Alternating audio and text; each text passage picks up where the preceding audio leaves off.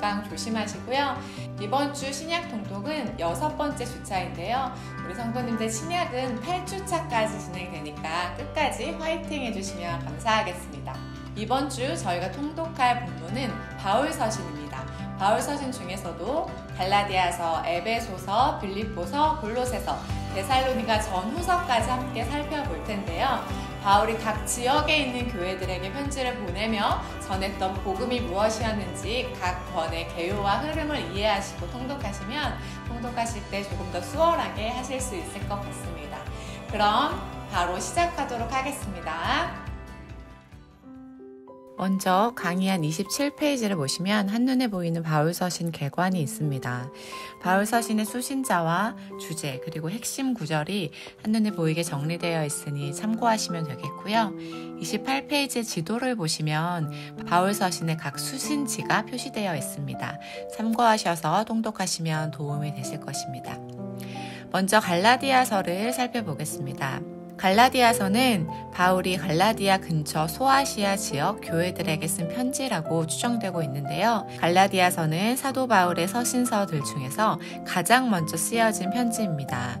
자유하게 하는 복음에 대해서 기록하고 있고요. 거짓 복음을 전하는 유대주의자들의 주장에 반박하면서 예수 그리스도만이 모든 죄를 담당하셨고 예수님만이 보여주시는 복음의 기원은 인간에게 있지 않다라는 것을 말하고 있습니다. 또한 모세의 율법을 지키는 것이 은혜와 믿음과 자유에서 물러나는 신앙이라는 것을 말하고 있습니다. 1장에서 2장까지는 복음을 변호합니다. 나의 복음은 예수님의 계시다라고 말하고 있고요. 3장에서 4장은 복음을 설명합니다. 율법은 복음의 초등교사이다 라고 말하고 있고요. 5장에서 6장은 복음의 실천에 대해서 말합니다. 너희가 율법에 매이는 것이 아니라 자유하되 성령 안에서 거해야 한다는 것을 윤리적으로 말해주고 있습니다. 특별히 갈라디아서에서는 성령의 9가지 열매에 대해서 기록하고 있는데요. 사랑, 희락, 화평, 오래 참음, 자비, 양선, 충성, 온유와 절제에 대해서 말하고 있습니다.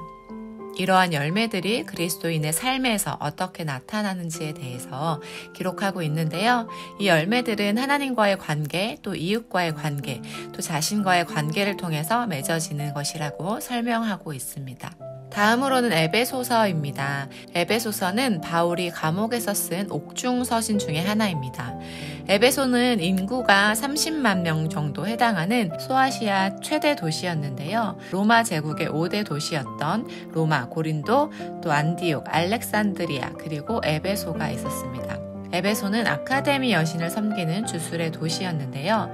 사도행전 말씀을 보면 사도 바울이 2차 선교 여행 때 잠시 방문했다가 3차 선교 여행 때 여기서 약 3년간 머물며 제자 양육에 집중하고 있는 것을 볼 수 있습니다. 이로 인해서 마술과 우상의 매매가 큰 타격을 입었던 것을 성경을 통해서 확인할 수 있습니다. 에베소는 로마 제국 아시아의 주요 도시였는데요. 교재의 그림과 같이 해상과 육상의 무역로가 교차되는 지리적인 위치에 머물러 있었고 따라서 교통의 중심지였으며 항구 도시였습니다. 사도행전 말씀에 따르면 에베소 교회는 바울이 3차 전도 여행 때 3년을 머물면서 눈물로 목양했던 교회라는 것을 말하고 있죠. 에베소에 대한 특별한 사랑을 가지고 있었던 것을 우리는 확인할 수 있습니다. 특별히 에베소는 아데미 신전이 있었던 곳으로 유명한데요. 아데미는 처녀들의 수호신이자 다산의 여신이었습니다. 에베소 시내에는 약 2만 5천 명을 수용하는 거대 극장과 또 목욕탕, 도서관, 시장 등과 포장 도로들이 크게 있었습니다. 이곳의 인구는 1세기경 약 30만 명에 달했는데요. 이곳에 있던 아데미 신전은 세계 7대 불가사리 중에 하나로 뽑힐 정도였습니다. 사도행전의 기록을 보면 에베소에서는 많은 일들이 있었는데요. 세례 요한의 제자들이 이곳에서 바울에게 세례를 받았고 두란노 서원에서 날마다 사도 바울이 말씀을 가르쳤고요. 병을 치료하고 귀신을 쫓는 기적을 행했습니다. 바울은 자신의 동역자 브리스길라와 아굴라에게 이곳에서 사역을 부탁했고요. 최종적으로는 바울의 영적인 아들 디모데에게 에베소 교회의 목회를 맡겼습니다. 에베소서는 그리스도의 교회에 대해서 설명하고 있는데요. 1장에서 3장은 주님의 교회에 대해서, 교회를 통한 구원의 비밀에 대해서 말을 하고 있습니다. 4장에서 6장까지는 하나됨과 거룩한 영적 승리에 대해서 말하면서 거룩한 성도가 어떻게 살아가야 하는지에 대해서 윤리적으로 말하고 있습니다. 다음은 빌립보서입니다. 빌립보는 마게도냐 지방의 첫 번째 도시였으며 사도 바울이 2차 전도 여행 때 세운 유럽의 첫 번째 교회였습니다. 주 안에서 누리는 기쁨을 고백한 서신서인데요. 사도행전 16장을 보시면 빌립보에서 바울은 자주장사 루디아를 만나게 되는데 그녀를 만나 그녀의 집에서 교회를 시작하게 되었습니다. 바울이 감옥에 있을 때 빌립보 교회의 성도들의 선물을 가지고 온 사람이 바로 에바 브로디도입니다. 후에 바울은 선물에 대해서 감사한 마음과 또 그들 사이에 있는 어떤 다툼이나 경쟁, 또 내부적인 갈등에 대해서 경고하는 편지를 보냅니다. 빌립보서는 그리스도인으로서 겸손하고 신앙의 목표를 향해 힘써 전진할 것과 염려하지 말고 그리스도 안에서 모든 것을 할 수 있다라는 그 능력이 우리에게 있다라는 것을 확신하며 성도들로 하여금 역동적인 삶을 살 것을 강조하고 있습니다. 또한 복음을 전하려는 사도 바울의 영적인 열정이 강렬하게 표현되어 있습니다. 빌립보서의 핵심 단어는 기쁨과 성도의 연합입니다. 기쁨이라는 단어가 10번 이상 사용되었고요. 또한 자신을 비워 종의 형체를 가지사 사람들과 같이 되신 예수 그리스도의 마음을 품고 한 마음과 복음의 신앙을 위해 협력하라고 권면하고 있습니다. 빌립보서 1장에서 4장까지는 주 안에서의 기쁨에 대해서 말하고 있는데요. 1장은 내 안에서 사는 이 그리스도에 대해서, 2장은 그리스도의 마음을 품는 것에 대해서, 3장은 그리스도를 알미 고상한 것임을 대해서, 4장은 내게 능력 주시는 그리스도에 대해서 기록하고 있습니다. 다음은 골로새서입니다. 골로새서도 바울이 로마의 감옥에서 쓴 옥중 서신입니다. 골로새는 에베소에서 동쪽으로 떨어진 곳에 위치한 아주 인구가 많고 번화한 도시였습니다. 바울이 에베소를 중심으로 아시아에서 한 3년 정도 복음을 전했기 때문에 골로새 교회 지도자들도 그 영향을 받았을 것입니다. 이곳에서 사역했던 에바브라는 바울의 제자였는데요. 골로새 교회를 개척했고 또한 빌레몬, 오네시모, 또 아키포 등이 교인으로 있었습니다. 골로새서를 보면 바울이 골로새 교회를 방문하기 원했지만 실제로는 한 번도 방문하지 못했음을 알 수 있습니다. 골로새 교회의 문제점은 이 성도들이 대부분 이방인이었기 때문에 이들이 이전의 삶으로, 회심 전의 삶으로 빠르게 돌아가고 있었고 또한 이단의 가르침을 받고 있었다라는 것이었습니다. 따라서 바울은 이단의 문제와 그리스도의 신성을 부인하는 것에 대해서 예수 그리스도, 즉 기독론에 대해서 정확하게 가르치고 있습니다. 따라서 핵심 단어는 예수 그리스도의 지존성과 예수 그리스도의 머리 되심입니다. 다음은 데살로니가 전서입니다. 바울은 AD 51년 실라와 누가와 디모데와 함께 고린도에 도착했는데요. 고린도에서 로마의 속주인 마게도니아의 수도 데살로니가에 있는 성도들에게 2편의 편지를 보내는데 그것이 데살로니가 전서와 후서입니다. 편지에는 목사이자 또 교사인 사도 바울이 도시의 그리스도인들에게 말하고자 하는 교훈이 담겨져 있고요. 서체를 보면 친구들에게 보내는 편지처럼 친밀감이 느껴지게 기록되어져 있습니다. 데살로니가라는 지역은 오랜 역사를 지닌 도시였습니다.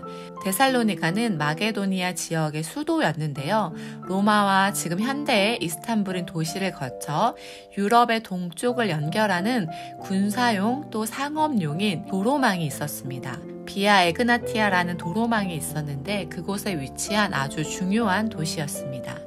사도행전 17장 1절에 보면 사도 바울이 빌립보를 떠나서 암비볼리와 아볼로니아를 거쳐 데살로니가에 이르는 여정을 기록하고 있는데요. 당시 빌립보에서 데살로니가를 오고 가는 이 도로망 가운데 하나인 에그나티아 도로를 사용했던 것을 우리는 확인할 수 있습니다. 바울은 데살로니가 교회에 아주 짧게 머물렀었는데요. 짧았던 방문에 대한 아쉬움이 성경에 기록되어 있습니다. 그들을 간절히 보기 원한다고 적혀 있기도 하고요. 그들에 대한 궁금함으로 디모데를 그곳으로 다시 보낸다라고 적혀 있기도 합니다. 사도 바울은 디모데를 통해 데살로니가 성도들이 핍박 속에서도 믿음이 흔들리지 않고 있다라는 이야기를 들으며 그들을 칭찬하고 더욱더 힘쓰라고 격려하고 있습니다. 데살로니가 전서는 특별히 주님의 재림에 대한 논쟁을 중심으로 기록되어져 있는데요. 바울은 성도들에게 하나님을 기쁘시게 하기 위해서 주의 재림의 때까지 믿음을 지키며 바르게 살라고 권면하고 있습니다. 데살로니가 전서의 핵심 메시지는 복음 사역자로서의 진정한 기쁨과 위로, 또 복음 사역자의 삶의 모범의 중요성, 또 그리스도인의 도덕적 성결, 재림을 기다리는 그리스도인들의 영적인 각성과 근신, 또 일상생활 속에서 적용되어야 할 재림 신앙에 대해서 기록하고 있습니다. 마지막으로 데살로니가 후서입니다. 데살로니가에 보낸 첫 번째 편지 이후에 몇 달 후에 사도 바울은 두 번째 편지를 보내는데요. 데살로니가 후서는 교회에 대한 감사와 격려의 인사를 짧게 한 후에 환란에 처하고 있는, 점점 더 그 핍박이 심해져 가고 있는 데살로니가 성도들에게 격려하며 그들에게 주님의 재림에 대해서 다시 한번 바른 자세에 대해서 알려줍니다. 주님의 재림을 기다리는 성도들은 아무것도 하지 않는 것이 아니라 일상 속에서 성실하게 살아가야 한다는 것을 말해주고 있는데요.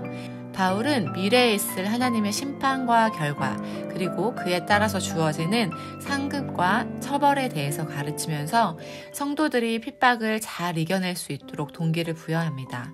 특별히 바울은 재림을 기대하면서 일상의 삶을 포기하는 것이 아니라 질서와 균형을 잡으면서 일상의 삶을 살아갈 것을 권면합니다.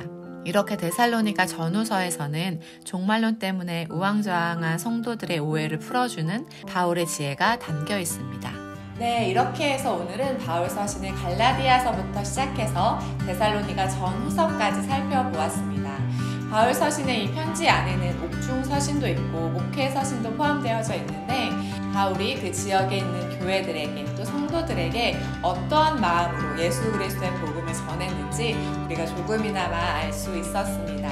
성도님들 이번 한 주간 통독하시면서 많은 은혜 있으셨으면 좋겠고요. 예수 그리스도의 복음 안에서 풍성한 한 주 되시길 주님의 이름으로 축복합니다. 그럼 저는 다음 주 7주차 강의에서 다시 인사드리겠습니다. 감사합니다.